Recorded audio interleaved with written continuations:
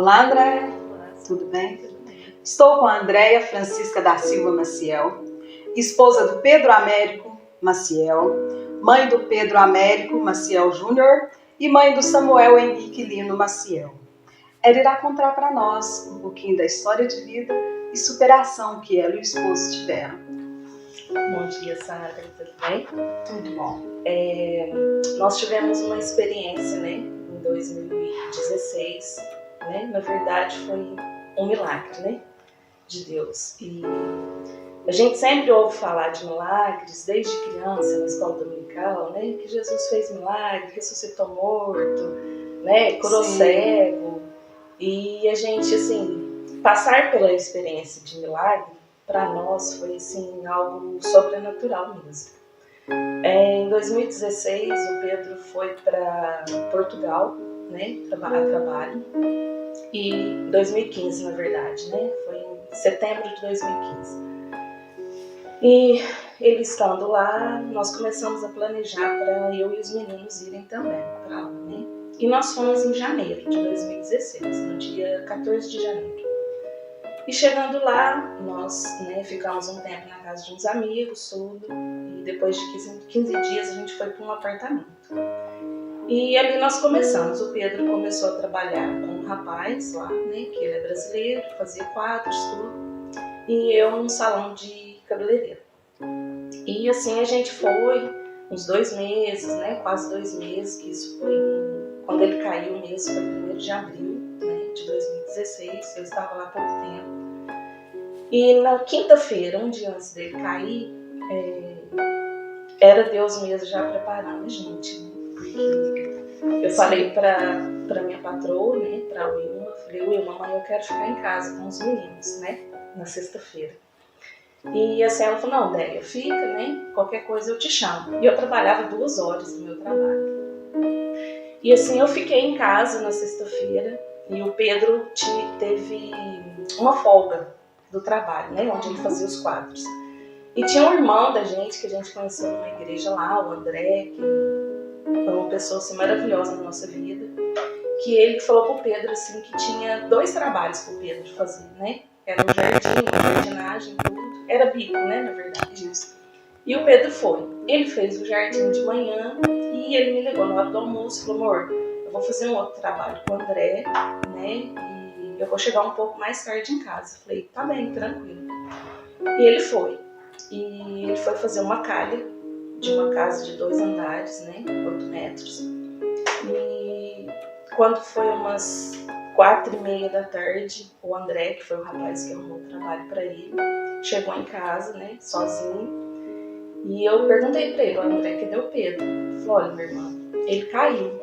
Aí eu até perguntei, caiu da onde, Que ele tava fazendo, era um jardim. Certo. Aí ele falou assim, ele foi impermeabilizar uma calha e caiu. Eu falei, mas ele machucou? Falou, ele quebrou o braço, Porque, na verdade, quando ele recebeu a notícia que o Pedro estava morto, Então, assim, ele chegou em casa... Nem sabia o que dizer, Não sabia o que me dizer, ele só disse que tinha quebrado o braço.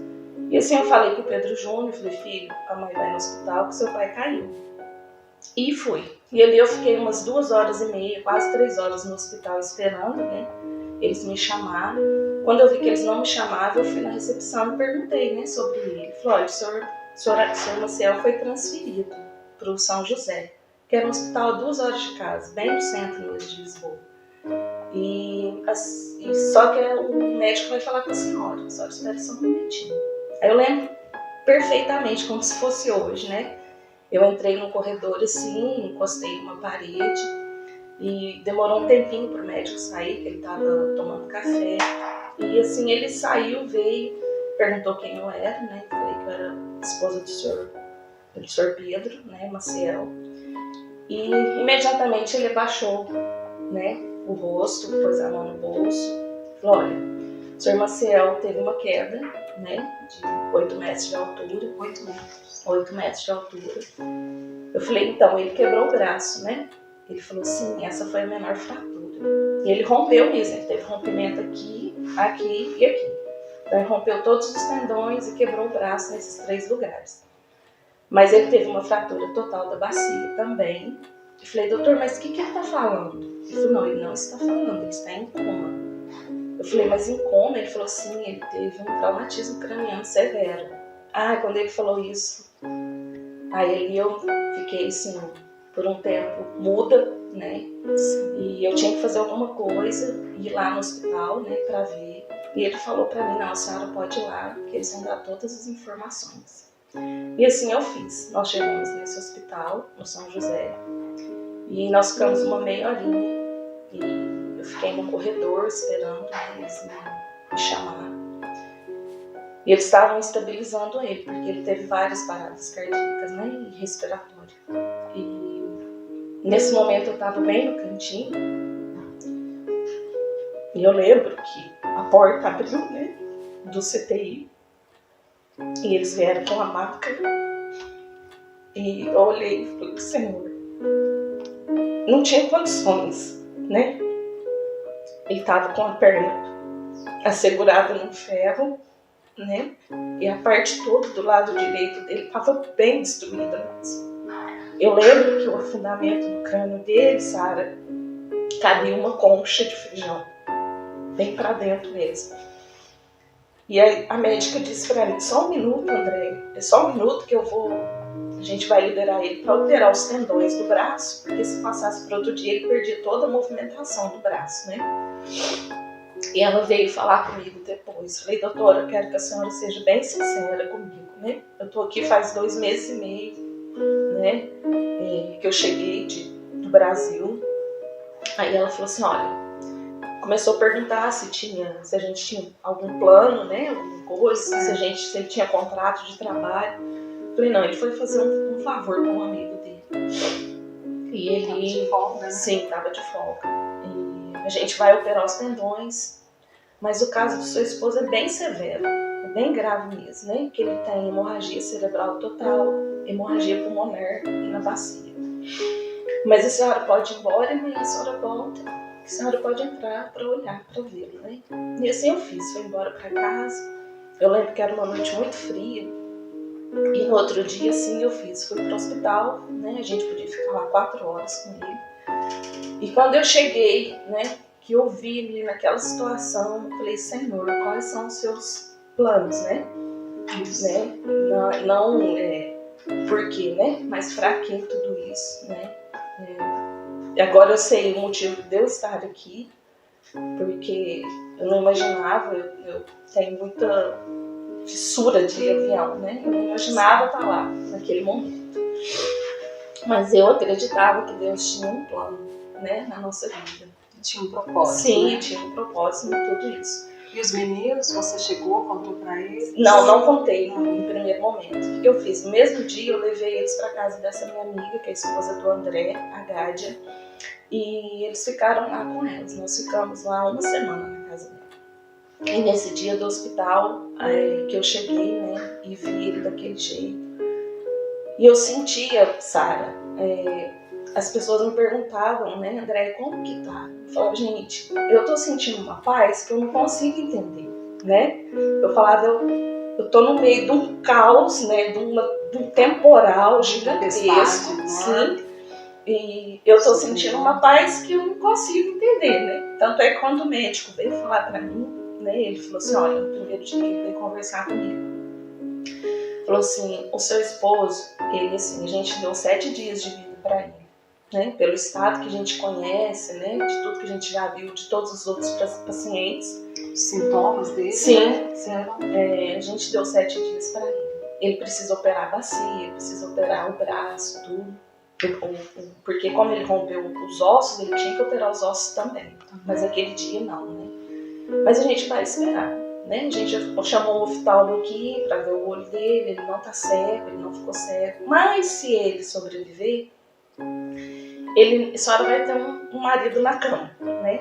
Ele não vai comer, porque como ele bateu frontal, então toda a parte cognitiva dele foi destruída, né? Foi destruída. E assim eu fiz, Sara. Fui ali durante 15 dias no CTI, que ele ficou em coma, né? E a família? Então, nesse longe de toda a família, sim, né? Sim, nesse todos momento, no Brasil. Nesse momento eu falei assim, bom, para quem que eu vou pedir socorro, né? por quem que eu vou conversar. E naquele momento veio a Denise, do pastor Edmar, né? Eu falei, eu vou mandar uma mensagem para ela, para ver o que ela pode fazer, né? Eu mandei mensagem para ela, ela falou, André, calma, a gente vai... Eu posso falar para as pessoas entrar em oração por ele e a gente vai fazer o que a gente puder daqui, né? E assim ela fez. E eu lembro que ela falou para uma amiga minha lá da Igreja de Paraíso, a Maria Angélica, e ela entrou pro quarto e foi orar e veio o Salmo 116, né, para ela. E ela leu aquilo e mandou uma mensagem para mim, falou, Délia, fica tranquila, porque tudo isso não é para a morte, né? É para a vida. Então Deus está restaurando. Então acalma seu coração, né? Que Deus vai mostrar todo o propósito nisso. E assim, Sara, eu fui durante 3 dias e minha irmã começou a mandar mensagem para mim.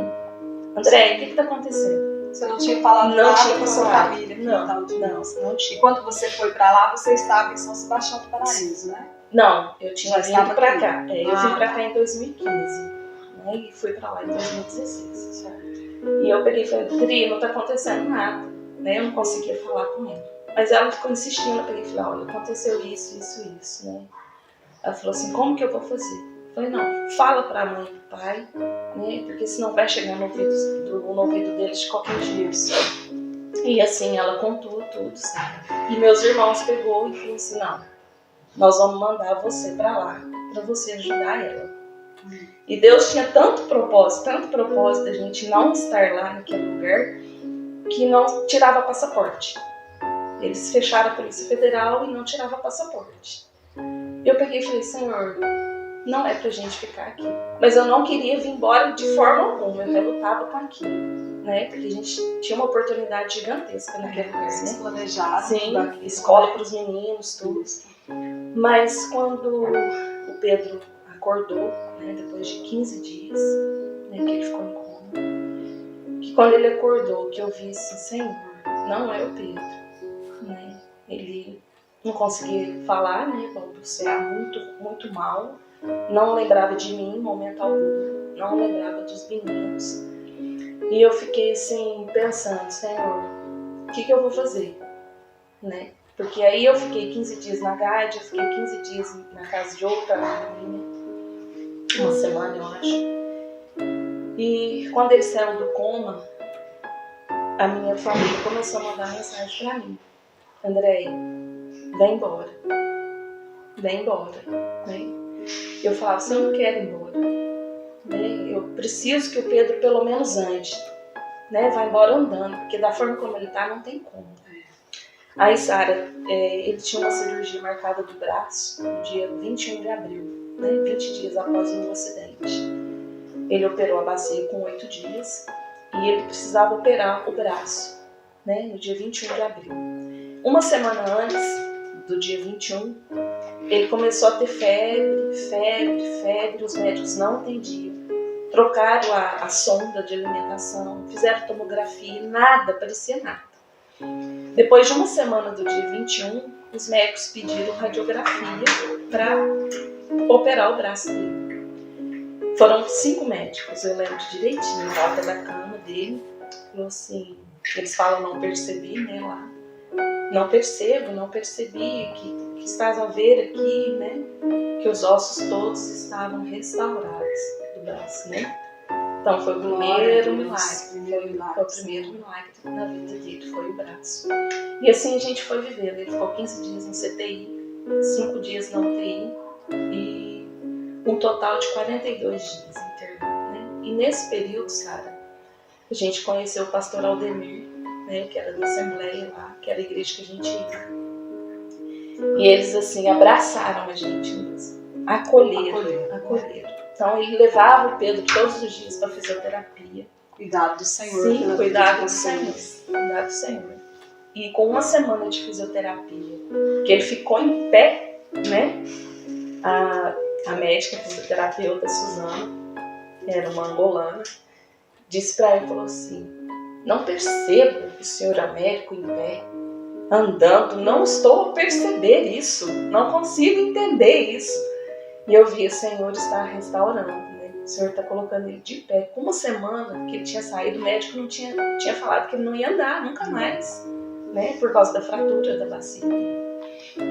E com 42 dias ele foi para casa. Nesse período, tinha tanta comida em casa que as pessoas levavam. No primeiro dia que eu cheguei em casa, chegou uma irmã.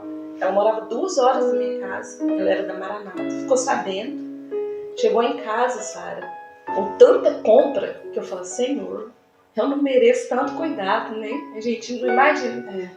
O cuidado de Deus é tão grande, né? O amor dele por nós. Eu peguei aquela compra, coloquei isso para dentro de casa, né? Nós oramos.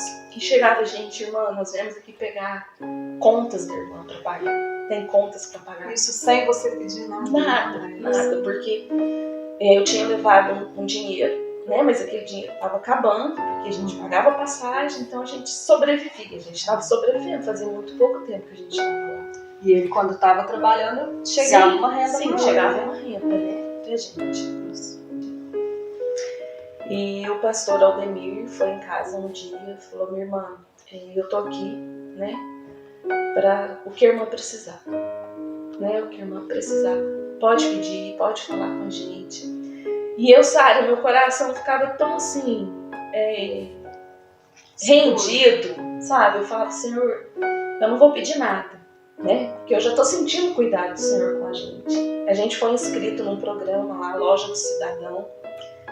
De tudo tinha nessa Loja do Cidadão. Então, todas as quartas-feiras eu ia lá fazer compra nessa loja, não pagava nada, né? Tinha sapato, roupa, alimento, tudo. E por fim eu não pegava mais, porque em casa não cabia mais comida, né? Pra gente se alimentar. E quando foi, a gente veio embora 8 de julho, né? E não esquecendo de dizer dos grupos de oração, né? E isso moveu o coração de Deus. Quando a igreja aqui de Itaú de Minas teve o conhecimento de tudo que estava acontecendo, toda a igreja entrou em oração. E quando você mandava áudio para sua família ou para a igreja, a gente se arrepiava de tanta segurança na fala dela, confiança no Senhor, de tudo aquilo que estava acontecendo. A gente sabia que era grave, mas o Senhor estava cuidando de vocês em todo momento. E a minha maior experiência com Deus mesmo foi, assim, Senhor, a fortaleza, né? Que Ele impõe a gente mesmo para isso, né? Ele prepara a gente. Eu falava, Senhor, de onde eu estou arrancando tanta força? Né? Porque era eu e o Pedro Júnior. Né? O Samuelzinho tinha 2 anos e o Pedro Júnior tinha 15 anos. Então, gente, assim, eu chegava em casa e via ele, porque eu falei com ele depois que o Pedro acordou. Eu falei, filho.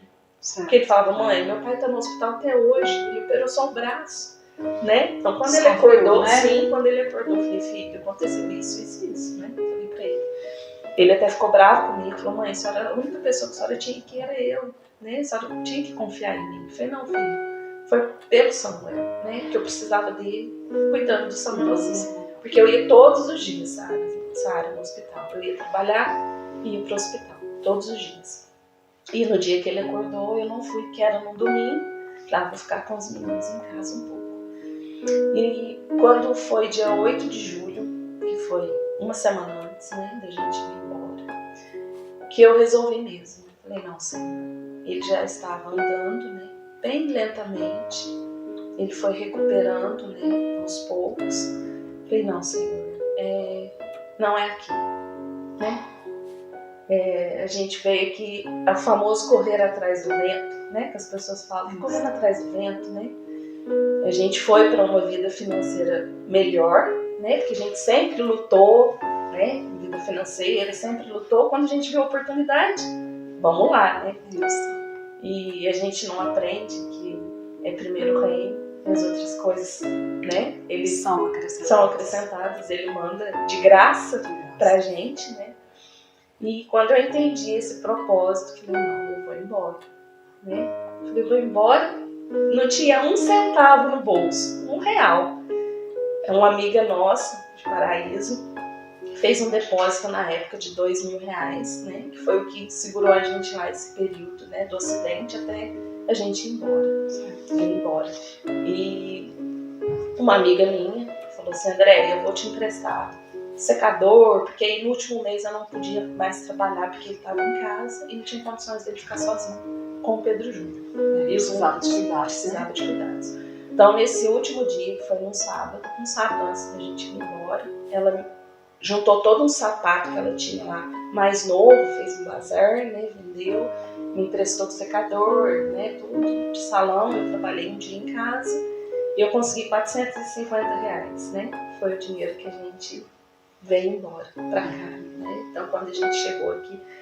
Mas eu vi assim, eu falava, eu não preocupava, Sara, de pensar assim, vou pra onde? E agora? Né? Que eu tava assim, tão achegada, né? Tão despreocupada com tudo aquilo, que eu via que Deus não tinha propósito nenhum em a gente buscar dinheiro, né? Ir atrás de dinheiro, essas coisas, que eu sentia uma paz, né? Então quando eu vim embora, minha tia me chamou, falou, André, nós vamos comprar uma cadeira, né, um espelho, a gente vai montar aqui na sala de casa para você trabalhar.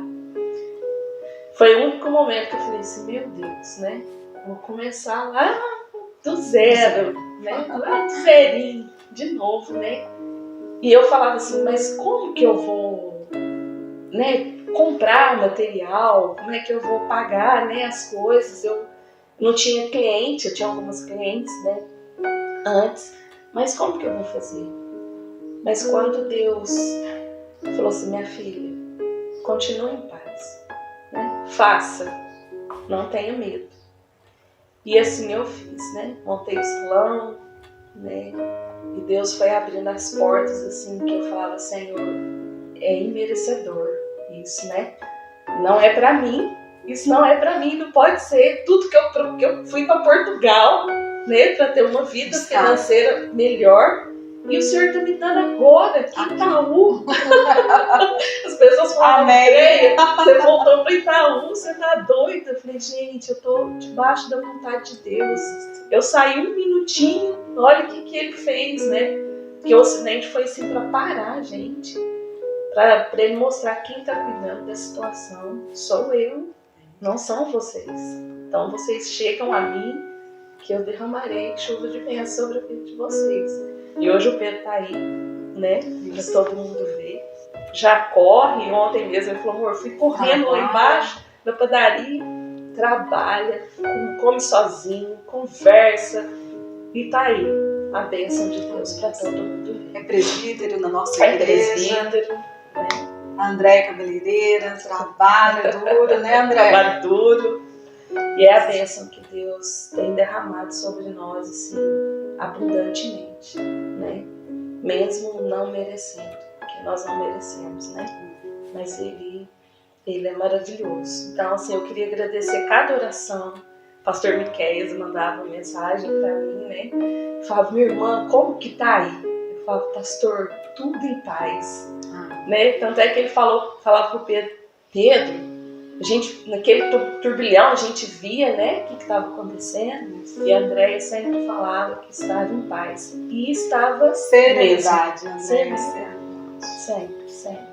E Deus é maravilhoso. Então, agradecer cada oração, né, cada jejum que foi levantado por Ele, né. E isso nos fortaleceu naquele momento, né.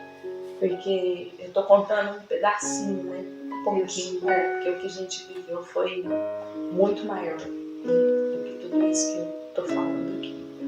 Foi uma experiência sobrenatural, né? E hoje Deus cuida cada minutinho da nossa vida, Ele tem tomado conta, né? Então, às vezes a gente passa por outros problemas tão, né, maiores, e a gente se sente fortalecido, porque a gente sabe que Deus está no controle de todas as coisas, né? E quando a gente pensa que a gente pode andar com as próprias pernas, não, fazer com as próprias mãos, Ele vem e mostra que Ele é Deus. Ele é Deus e Ele continua sendo Deus e será Deus sempre, né? Amém. Amém. Glória a Deus. Muito obrigada, Andréia. Eu que agradeço, Sara. Conhecemos a história de vida da Andréia e do Pedro Américo. O Pedro Américo também viveu um lado diferente do que a Andréia viveu, porque desde o momento da queda dele, né, você já esteve ali consciente de tudo que estava acontecendo. Um dia a gente traz ele aqui. Amém. Muito obrigada. Eu que agradeço.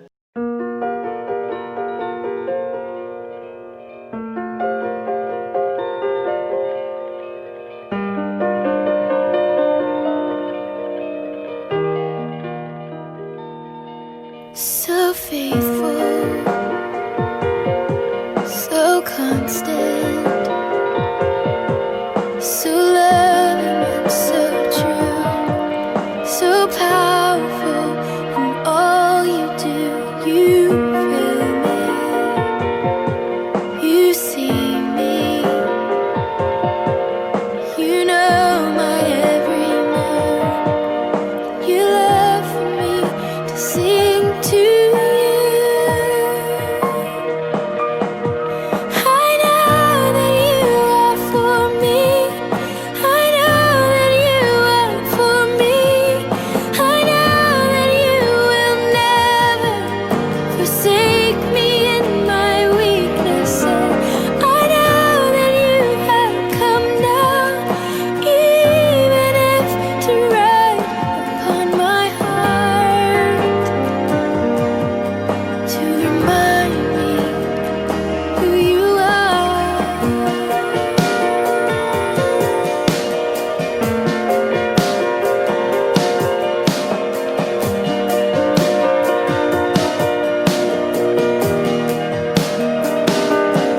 So patient,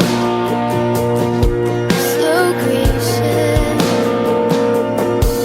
so merciful and true. Hoje a palavra que nós iremos ler está no livro de Josué, no capítulo 2, do versículo 1 ao 24. Iremos falar de Raabe. Eu vou ler o verso 11 e vocês depois podem ler com tranquilidade todo o capítulo. Raabe disse, no verso 11: ouvindo isto, desmaiou-nos o coração e em ninguém mais há ânimo algum, por causa da vossa presença. Porque o Senhor, vosso Deus, é Deus em cima nos céus e embaixo na terra. Esta frase foi dita por Raabe. Ela era uma mulher que era prostituta, mas ela é mencionada aqui na Bíblia com muita distinção, tanto no Antigo Testamento quanto no Novo Testamento. Ela era cananita, ela não era de Israel, ela era cananita. Os dois homens que foram enviados por Josué para espiar Jericó passaram a noite na casa de Raabe. Então na história conta que Raabe estava em casa e estes dois homens bateram a sua casa, pois eles estavam indo espiar a terra de Jericó para Josué. E Raabe sabia que as autoridades ali de Jericó estavam atrás daqueles homens e mesmo assim ela deixou que eles entrassem em sua casa e permanecessem lá. No momento que eles estiveram em sua casa, as autoridades bateram à sua porta e ficaram sabendo que os homens estavam lá e que ela estava acolhendo eles, né? E ela pegou, atendeu a porta e disse que eles tinham passado mesmo por lá, mas que já haviam ido embora.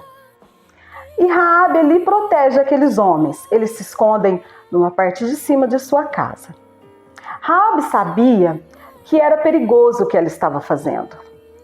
Mas Raabe teve algo muito interessante, porque ela confiou naqueles homens que não eram ali da sua cidade, pelo fato dela saber quem era o Deus daqueles homens, quem era Deus deles, porque toda Jericó já estava sabendo dos milagres que Deus fazia para o povo de Israel. Então muitos já estavam temendo o que podia acontecer. E Raabe não temeu. Ela acolheu aqueles homens e, mesmo com toda a autoridade de Jericó, chegando em sua casa, ela correndo o risco de ser presa por este motivo, ela teve coragem e fé. Ela ficou na posição de guardar aqueles homens para que eles não fossem presos. E no decorrer da história, eles saem de lá, ela diz para as autoridades que eles foram para um monte, que eles fossem atrás deles, que eles iriam alcançá-lo. Mas, neste período, Raabe conversa com os dois moços e ela pede um favor a eles, que ela protegendo eles, que eles iriam proteger a ela e toda a sua família, que não iria acontecer nada nem com ela, nem com seu pai, nem com sua mãe e nem com seus irmãos. Então Raabe ali naquele momento pensava em toda a sua família. Nós podemos pensar assim, nossa, mas ela era uma mulher, era prostituta, ela vivia na vida, mas vemos aqui que Raabe teve um desejo de fazer o que era certo. E quando ela fez aquilo que era certo, aos olhos de Deus, ela estava cuidando daqueles homens, ela também mereceu algo para ela, né? E ela pediu a eles que cuidasse de toda a sua família. E os homens disseram para ela, olha, você vai ficar em casa com as portas fechadas com toda a sua família. Quem estiver junto com você vai ser salvo, né? E quem não estiver, não vai. E Raabe assim fez. Ela confiou, ela teve fé. Raabe, quando ela diz que o Deus deles era o Deus em cima da terra, em cima dos céus e embaixo na terra, ela conheceu a Deus ali, pela fé. Ela não conheceu Deus porque alguém foi e pregou para ela, ela não conheceu porque ela viveu lá, mas ela só de ouvir falar, ela teve fé e esperança de que o Deus daqueles homens iria salvar toda a sua família. Então sabemos que a notícia chegou e todos adormeceram e ficaram ali adormecidos. Mas Raabe teve a coragem e a fé de estar colhendo aqueles homens. E ela com toda a sua casa recebeu a proteção de Deus. Ela creu em Deus com muita confiança, que no momento da destruição de Jericó, toda a sua família seria salva. Ela creu nisso, mesmo só ouvindo falar de quem era o Deus daquele povo de Israel.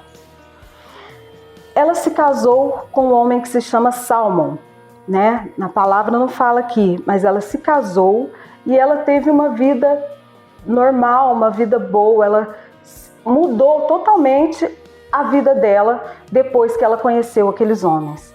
Ela largou da prostituição, se casou, restaurou a família e ela conviveu com toda a sua família, né?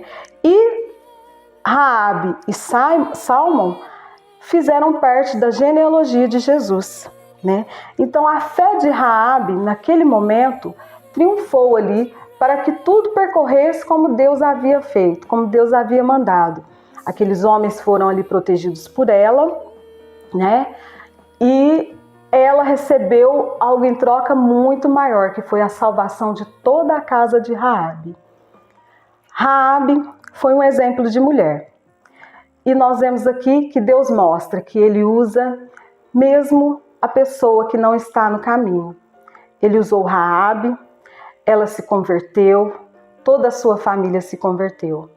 E nós vemos que Raabe poderia ter feito outras escolhas, mas ela escolheu pela fé, seguir pela fé, sem saber o que iria acontecer. É muito importante nós estudarmos a palavra e prestarmos atenção nas atitudes das pessoas que são usadas por Deus, porque são exemplos para nós, né? Nós temos muitos exemplos e devemos seguir estes exemplos. Esta é a palavra para vocês hoje. Muito obrigada e vamos orar. Eu vou orar agradecendo a Deus, agradecendo por este dia, agradecendo pelas vitórias, agradecendo por todas as dificuldades que passamos. Estamos aqui até hoje pela graça do Senhor. Senhor meu Deus, meu Pai amado, Senhor, Tu és poderoso, Pai. Tu és o nosso Deus, o nosso Senhor e Salvador. Eu te agradeço, Senhor, nesta tarde, por tudo que o Senhor tem feito em minha vida e por tudo que o Senhor ainda vai fazer nas nossas vidas, Senhor. Muito obrigada, Deus. Obrigada, Senhor, pelo exemplo da Andréia, do Pedro Américo, Senhor, por aquele exemplo de vida que tem nos dado força, Senhor, para continuar. porque nós sabemos que quando nós não temos chão, quando nós não temos nada, o Senhor provê. É o Senhor quem enche o pote do azeite da viúva. É o Senhor quem nos abençoa todos os dias ao amanhecer com a sua misericórdia. Obrigada, Deus, por tudo, em nome de Jesus. Amém.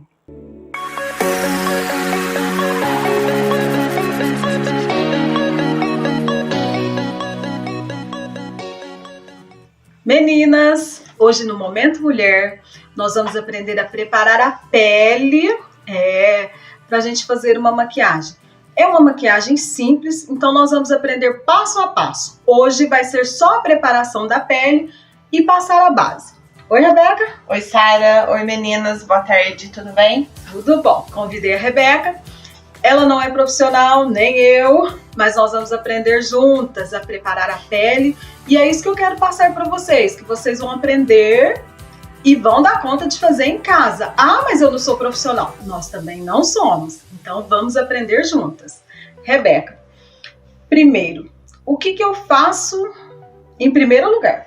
Eu já posso passar uma base? Não, em primeiro lugar a gente tem que lavar o rosto, né? Com um sabonete próprio para rosto. A gente lava todo o rosto e depois de lavar, mesmo com o rosto já lavado, a gente vai passar um demaquilante. É uma água micelar que a gente usa e aí a gente vai estar passando um pouquinho no algodão e aí a gente vai estar passando na pele para tirar se tiver mais alguma sujeirinha que tiver no rosto. Então, mesmo depois de lavar o rosto, mesmo depois, água micelar. Sim, mesmo depois, não precisa ser água micelar. Às vezes a pessoa tem um demaquilante, alguma coisa em casa que faz a mesma coisa. E aí a gente passa, limpa, tira tudo, que vai sair um pouquinho sujo ainda, porque não saiu tudo no sabonete. A gente espera a pele secar um pouco, e aí depois de seco a gente vai hidratar a pele, antes de receber a maquiagem. E aí a gente vai passar um hidratante pro rosto, próprio pro rosto. A gente vai passar e não precisa de passar muito também, porque senão vai ficar muito grosseiro. Eu não gosto de ficar um negócio muito pesado. A gente passa um pouquinho que a gente suja, a gente já consegue esparramar no rosto inteiro. Certo. E aí depois... E da preferência da pessoa. Então, da preferência da pessoa. Esse aqui meu é de supermercado, tá?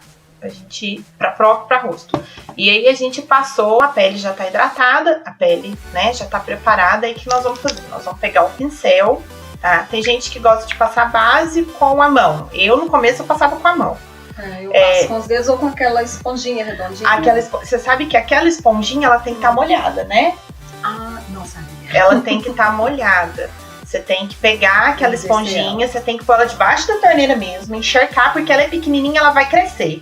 Ela vai ficar grandona. Depois você tira todo o excesso da água e aí você vai bater ela, vai colocando o produto e vai batendo até o rosto absorver. Ela é mais ou menos no estilo dessa daqui, mas essa aqui minha vem no pincel, mas ela é assim. Então a hora que ela molha, ela vai aumentar o tamanho dela. Mas aí quem não tiver quem gostar do pincel, a gente vai usar esse pincel. Esse pincel ele é mais ou menos assim, e aí o que nós vamos fazer? E como que eu vejo a tonalidade da base para minha cor de pele? Geralmente a gente testa ela, a gente pega um pouco da base, né? E a gente vai passar ela aqui. A gente vai passar ela aqui. A gente deixa ela um pouquinho, que no meu caso aqui eu passei muito. Não precisava de ser tanto. E aí a gente vai ver que aos poucos ela vai igualar. Você vai ver porque a gente tem o rosto de uma cor, o pescoço e o colo diferente, porque a gente toma mais sol aqui, né? Então são diferentes. Porque a hora que a gente vai passar a base, a gente tem que passar tanto no rosto, quanto o pescoço e colo, dependendo da roupa que a gente vai pôr. E se a gente vai estar de cabelo preso, a gente tem que dar uma sujada na orelha também, porque senão a gente vai ficar parecendo uma maquiagem de palhaço, porque ela só vai ficar, uma máscara, ela vai ficar aqui como se tivesse uma máscara. Então a gente tem que fazer o teste e aí ela vai sumir, você vai ver se é a tonalidade certa. Geralmente as meninas que trabalham nessas lojas específicas para esse tipo de produto, elas ajudam a gente a tá comprando. Principalmente quem não tem muito conhecimento, não tem. Agora eu já sei a minha cor, então eu já chego na loja e já peço, ó, eu quero a cor número tal. Mas no começo não sabia. Então eu chegava na loja, ia na perfumaria e as meninas ajudavam a gente a fazer. Aí a gente vai passar o produto no pincel, tá? Vai passar o produto no pincel e vai aplicar no rosto todo até espalhar bem. Quem tiver uma pele mais lisinha, nossa, pouco produto você consegue fazer muita coisa. E a questão da pele ser mais seca ou mais oleosa? Para cada tipo de pele tem uma base, tem uma então tipo, vem tem, tudo escrito. vem tudo. Essa a minha pele ela é mista. Ela no frio ela fica um pouco mais oleosa, mas é interessante porque no frio que ela fica mais oleosa e no calor ela fica mais seca. Então é uma pele mista, mas aí a gente acha, dependendo da base, a gente acha ela para pele mista, para pele oleosa, para pele normal, ela certo. tem. Então a gente vai esparramar toda a base.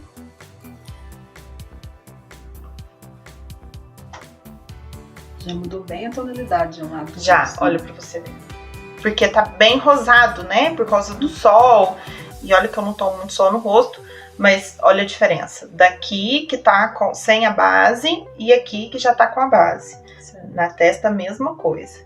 E aí a gente passa, meninas, bem assim, ó, rente ao couro cabeludo. No meu caso aqui eu tô de cabelo preso. Mas a gente passa bastante pra quê? Pra não dar diferença. Porque senão a gente esquece de passar aqui e aí fica aquele sinal, mesmo, mas a minha base é o tom da minha pele certinho, mas fica a diferença. Certo.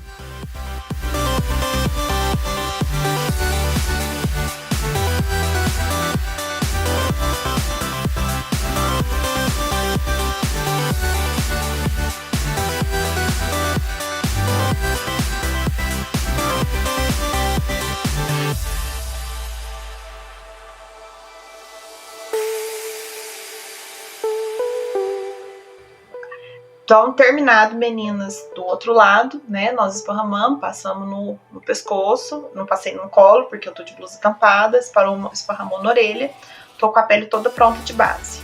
Aí a gente vai pegar o pó e vai aplicar o pó, tá, com um pincelzinho assim próprio pra pó. Aí nós vamos pegar um pouco do produto, tirar um pouco o excesso, porque ele fica todo cheio aqui, e aí a gente vai dar leves batidinhas no rosto. Porque, querendo ou não, com o pó, o rosto ainda fica com um pouco de brilho. E aí o pó serve para dar uma diminuída no brilho do rosto. E aí a gente vai passar. E se eu não tiver o pincel, eu posso usar a esponjinha? Pode, não fica do mesmo jeito, Certo. tá? Não fica do mesmo jeito. Mas esse pincel, faz tempo que eu comprei, mas se não me engano, acho que eu paguei R$15. Não é muito caro. E aí isso aqui a gente lava, né? De vez em quando tem que dar uma lavadinha. Então não é uma coisa muito cara. Claro que tem pincéis caríssimos, tá? Mas isso vai do bolso de cada um. Isso aí vai do gosto. Então, como o meu bolso é um pincel barato, então a gente vai lá na perfumaria de Itaú de Minas, ou da cidade que você tá assistindo, e compra o seu pincel. Na farmácia também tem. E aí a gente passou. Tá vendo que tirou um pouco do brilho que tava na testa e na bochecha. Então o rosto ficou todo selado com o pó. Então ele deu uma diferença bem... Ficou bem diferente. Ficou bem diferente. Então ele tirou aquele brilho da pele. Muito bom. É isso, né, Rebeca? Essa pele foi o nosso primeiro passo, né? Da preparação da pele. E da próxima vez nós vamos passar para sobrancelhas. Isso mesmo. Obrigada, gente. Obrigada, viu, Rebeca? Obrigada eu, Sara. Aprendi, porque eu também tenho muita dificuldade em mexer com isso. Que legal, que o pouco que eu sei, eu consegui passar pra você. E dá pra gente fazer em casa, gente. Ó, eu vou numa festinha e eu preciso fazer maquiagem, marquei, não tem horário, não tem gente marcar. Não. Gente, ó, tá aprendendo aqui. Super básica, deixa a pele limpinha, tampa tudo. E dá pra fazer uma maquiagem boa sem gastar muito. Verdade. Tchau, tchau. Tchau, meninas. Até a próxima. Chegamos ao fim do nosso programa. E este belo quadro aqui, quem fez foi o nosso irmão Pedro Américo, sim, o esposo da Andréia. Isso é uma prova do que Deus fez na vida dele. Esse belo quadro se chama Luz na Cidade. Lindo, feito por ele. Isso é só um pouquinho do que a gente pode ver que Deus faz na vida das pessoas, né? Restaurou a vida dele, restaurou o seu trabalho também, que ele continuou trabalhando depois de tudo que aconteceu com ele. Muito obrigado por vocês estarem conosco. Semana que vem estaremos juntas novamente. Nunca duvide da presença de Deus na sua vida.